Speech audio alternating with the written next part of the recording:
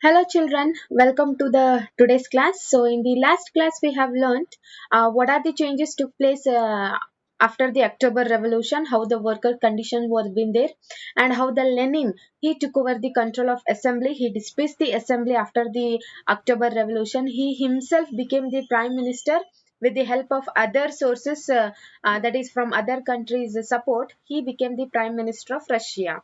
So as a result. After that we came to know that what was the status of the workers, how the workers were being treated, and how the Lenin he started spying on other people. The people should not talk any regarding bad about his administration and everything else. So after that only little bit we have talked about Stalin. So after the um, sorry after the death of Vladimir Lenin, the Stalin, his follower in the Bolshevik party only, he became the uh, prime minister of Russia. So Joseph Stalin became the leader of Soviet Communist Party, which was started by the Vladimir Lenin. So after his death in the month of January 1924, by 1927 and 28, the towns in Russia were facing acute problem of grain supply. That is, many of the people they were not getting sufficient food. The people those were living in that country. So as a result, what Stalin did, he started fixing the prices of the grain, but peasants, that is the farmers, they refused to sell their grains to the government prices, because according to them they were not happy towards the prices which was fixed by the Stalin there. So Stalin believed that the rich peasants and the traders in the countryside, they are holding the stock, they are keeping in the warehouses, and after that they are when the prices are very high, that time they were launching in the market and they were selling in the market there. So Stalin, what he did, he introduced the collectivization of Soviet agriculture. So what do you mean by collectivization? Means small small lands will be there, which is under the control of farmers. He was bringing all the he collected all the small lands as well as large land under one agricultural sector there.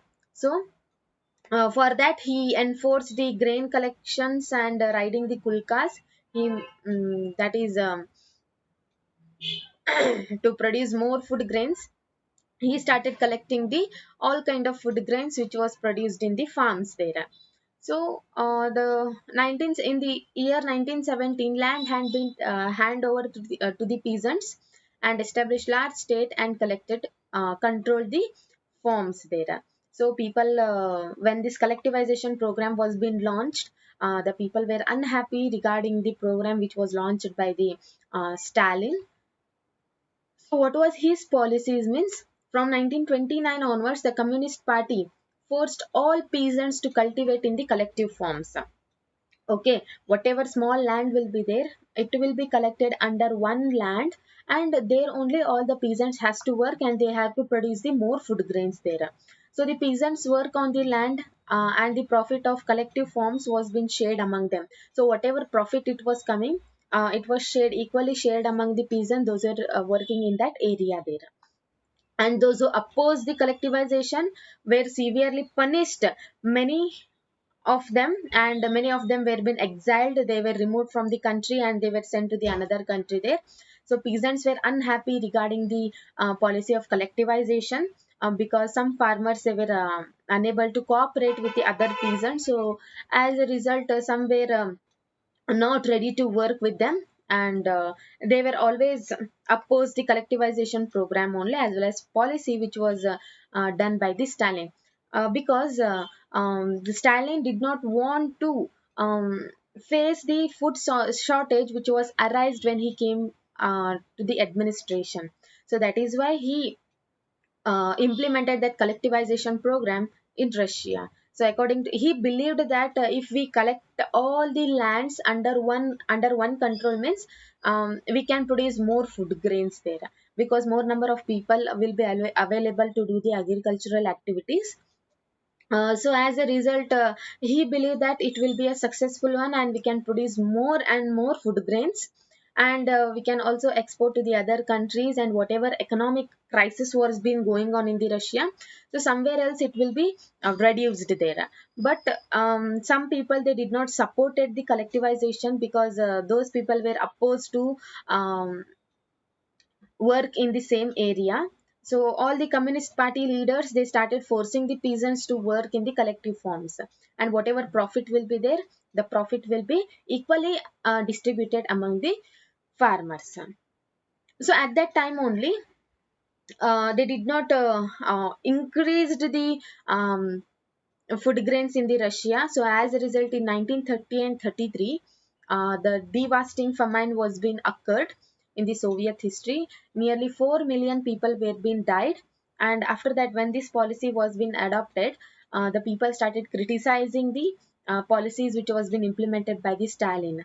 And those were opposing his policies, means he was charging them that they are going against the socialism which was started by the Karl Marx as well as Vladimir Lenin, and the severe punishment was being given to them. So nearly 2 million people were being imprisoned and sent to the labor camps to do the work by the 1939.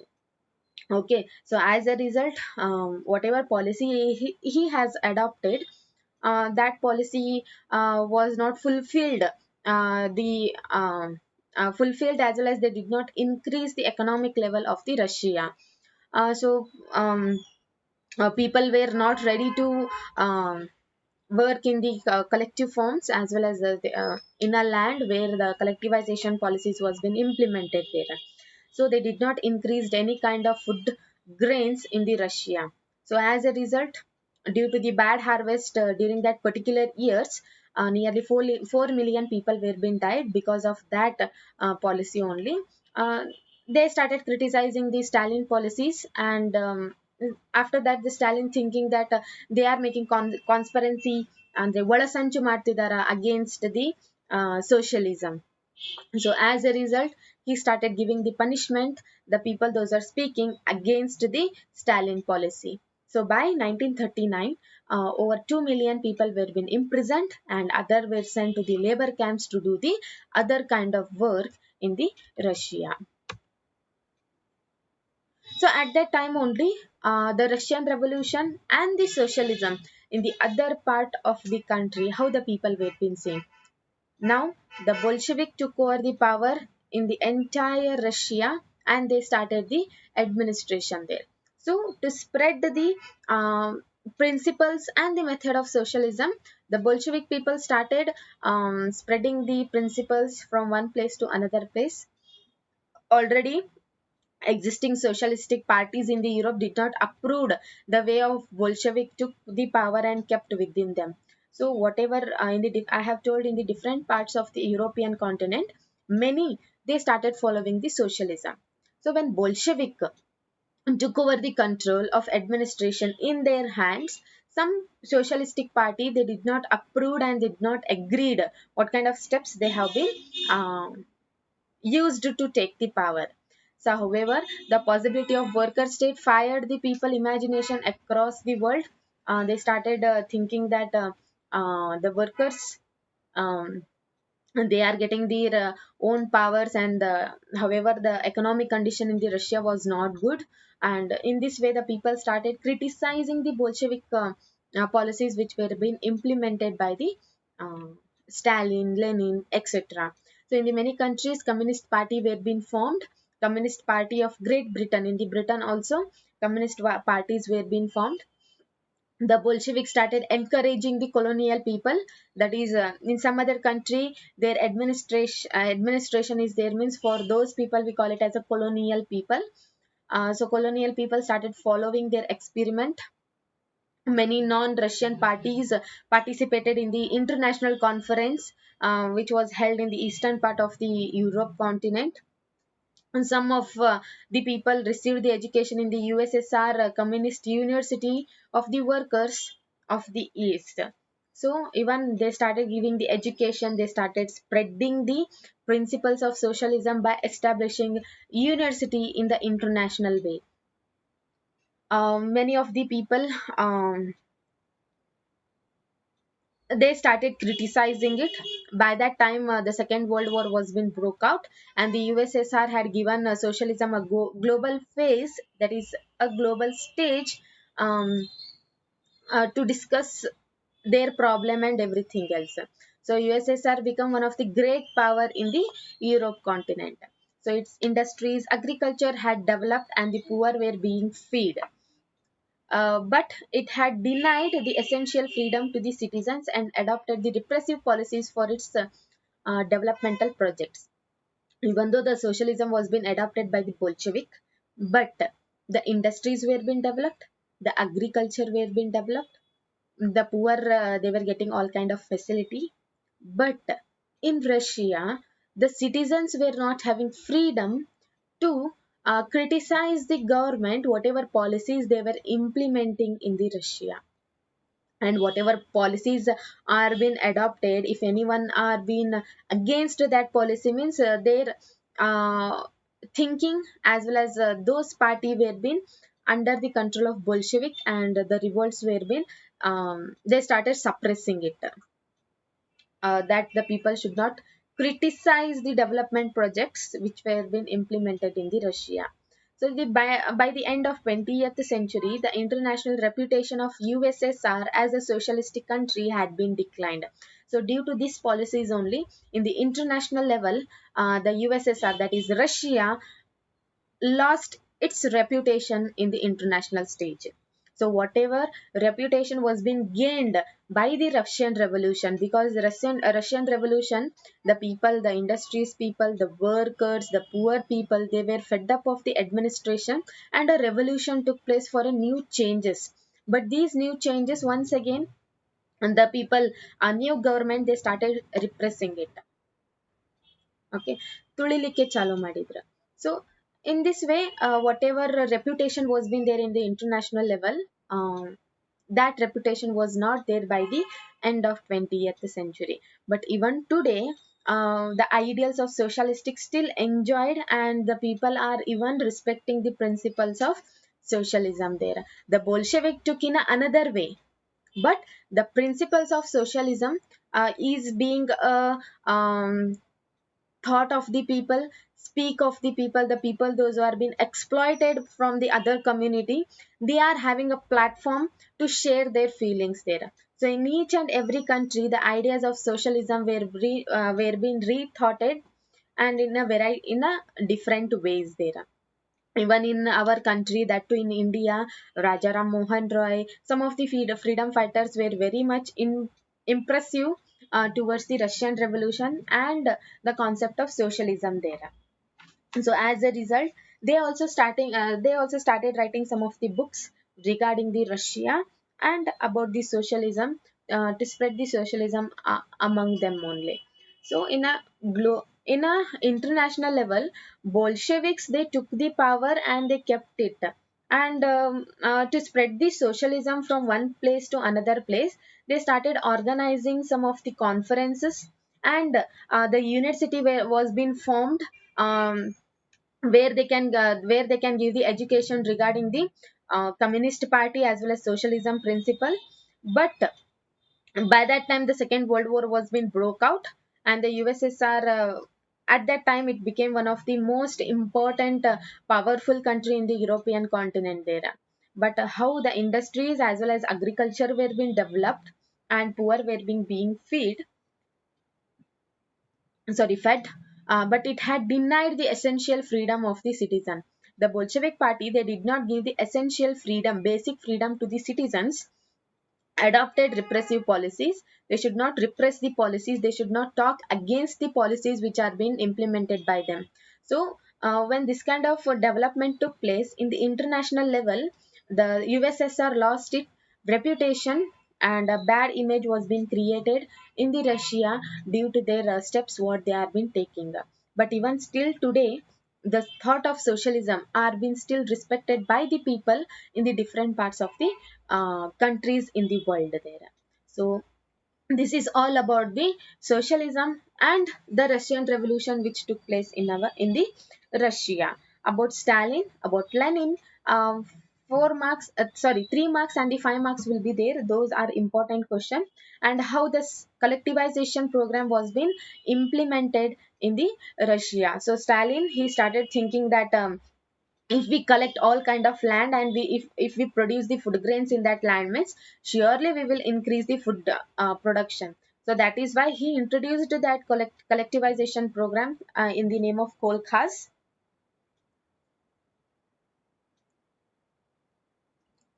uh, Deported means forcibly removed from one owns country, and exiled means forced to leave a country. Forcibly they have to move to the other countries there. If they are talking any as well as if they are criticizing the Stalin government means this kind of punishment was being given to them. Kulkas and the kholkas are the two different terms which are used in the uh, collectivization. Okay, kulkas means it is the name for the well to do the peasants. Okay, like it is a peasants in the name of peasants they were calling them as a kulkas. Kolkhas means that is collected form and they are cultivating in that area. So forcibly they have to cultivate in that collective forms. That collective forms we call in the name of kolkhas. Kulkas means peasants. Kolkhas means cultivate the collected forms which are being collected by the Bolshevik party. So these are the two important terms you have to remember. So, the global influence of the Russian Revolution in the USSR. So, in the international level, how the USSR was been playing very important role. How the USSR become more most strong country in the Russia in the Europe continent, and after that, how the reputation was being decreased due to their own programs which were launched in the Russia there. So even in our country also, Mahatma Gandhi ji, Rabindranath Tagore, and other SD Vidyalankar.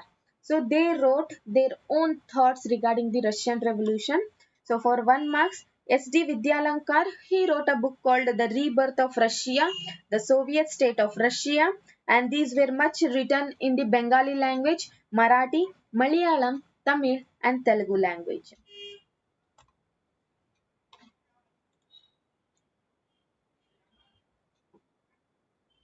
So yeah, R.S. Avasti, he wrote a book called Russian Revolution. Lenin, he wrote a book called His Life and His Thoughts, and later on Red Revolution. So these are the books which are written by the Vladimir Lenin and S.D. Vidyalankar from our country. They wrote about Russia, the rebirth of Russia, the Soviet state of Russia, and it was been translated to the various languages which were present in our country. Even our Nobel winner Rabindranath Tagore also he wrote about Russian Revolution in 1930. So the spirit as well as the uh, thoughts of socialism even still today we will see the principles are being followed by the communist people as well as the thoughts are being influencing on the people even till today also. So this is all about the socialism and the Russian Revolution which took place in the Europe continent in the period of 19th and 20th century. So this chapter has been finished. If you are having any kind of doubt, just pin your question in the group so that I will try my level best to sort out your problem. So signing out. Have a great day. Bye everyone.